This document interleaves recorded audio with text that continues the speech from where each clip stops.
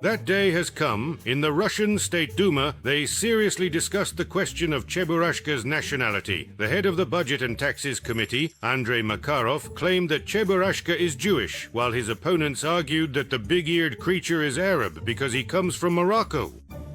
And do you remember where oranges were brought to the Soviet Union from? There was only one country from which oranges were imported. Don't you remember where from?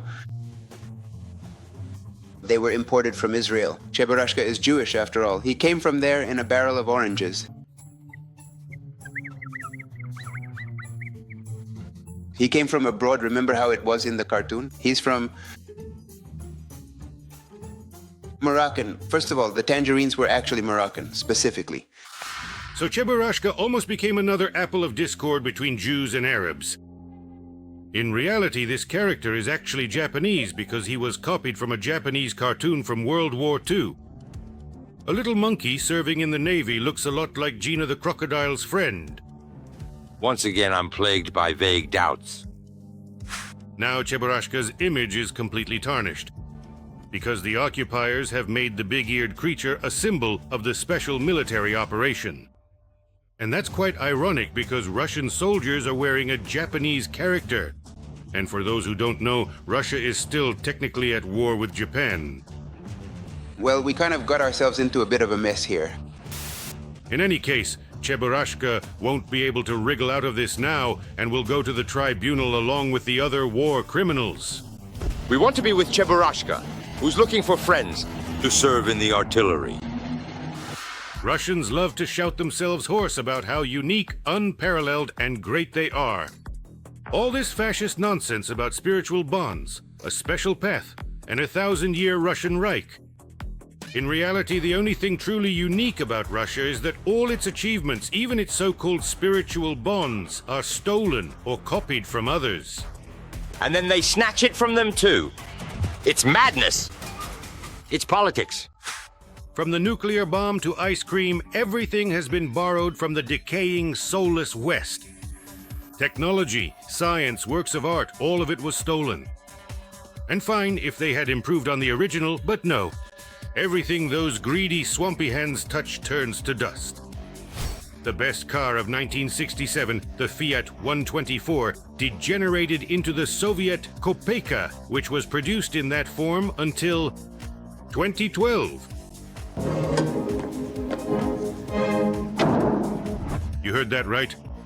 Apparently, the Mayans considered the end of the world to be the moment they stopped producing this crap on wheels. This is the Lada Riva, originally the Fiat 124, one of the most advanced sports sedans of its time. But the Russians made a few changes to the original design. Yeah, it's just nuclear.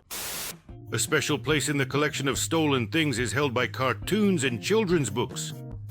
Here, the best shoot businessman created a real pirate industry. The most iconic Soviet cartoons and fairy tales are cheap parodies of the originals, and in some cases, outright mockery of common sense. For example, the cartoon New Pogodi is a copy of the legendary American cartoon Tom and Jerry.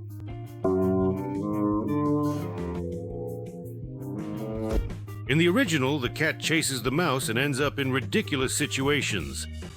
In the Soviet version, a wolf chases a hare and also regularly gets into trouble. But there's a catch.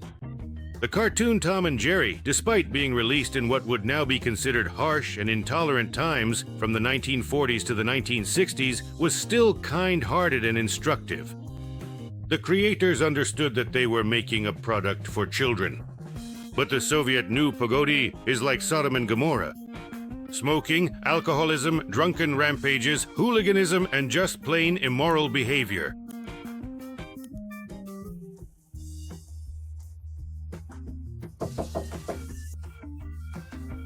God bless him with good health.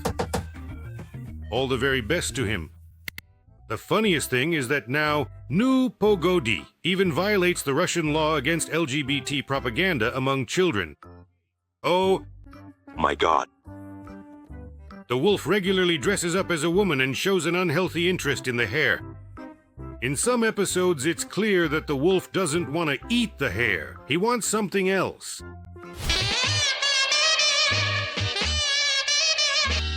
You perverts. So we can assume that soon the Russians themselves will shut down this plagiarism. Although the wolf and the hare turned out to be much more progressive than today's keepers of tradition.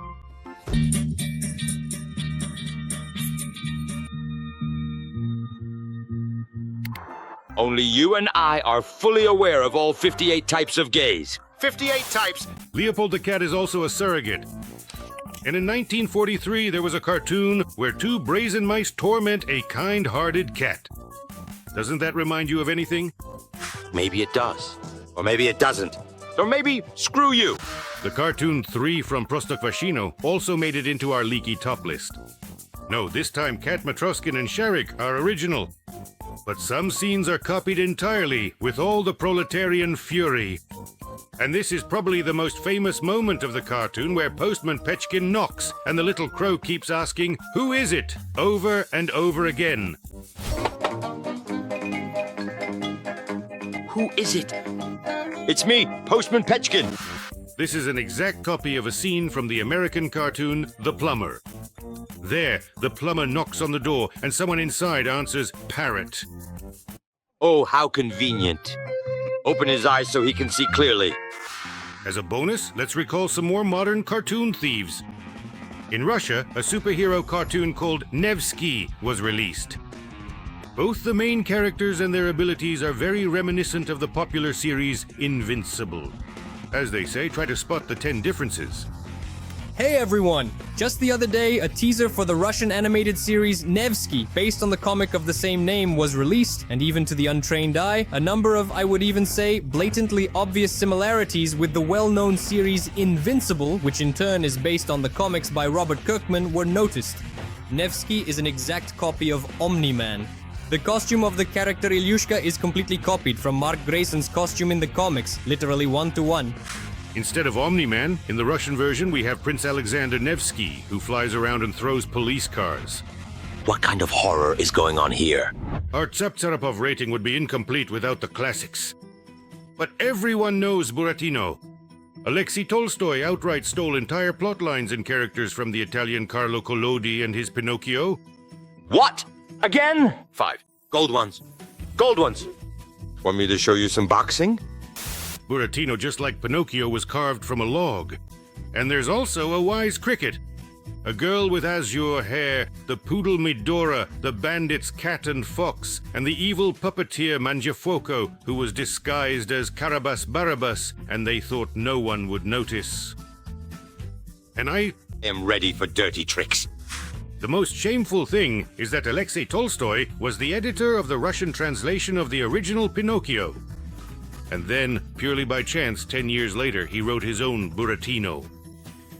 From here on, it's not just plagiarism, but downright nastiness. Taking advantage of his connections in the Soviet leadership, Tolstoy managed to get a ban on reprinting Pinocchio and lobbied for his own Buratino to be published in huge print runs. This is absolutely disgraceful. Besides Buratino, the Wizard of the Emerald City was also stolen, which is originally the Wizard of Oz. The Adventures, without knowing Knosov, is basically cosplay of characters by the Canadian artist and writer Palmer Cox, whose comics were published in Satirically in the 1880s. Morzilka, the friend of all Soviet children, was also the handiwork of Cox, as ambiguous as that may sound.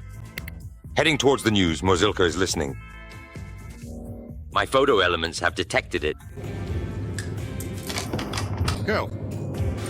And of course, Dr. Ibolit is a plagiarism of Dr. Dolittle. The writer Hugh Lofting came up with his kind doctor while sitting in the trenches of World War I. And 9 years later, Tchaikovsky, apparently tormented by pangs of conscience, swiped his own Ibolit. What are your proofs?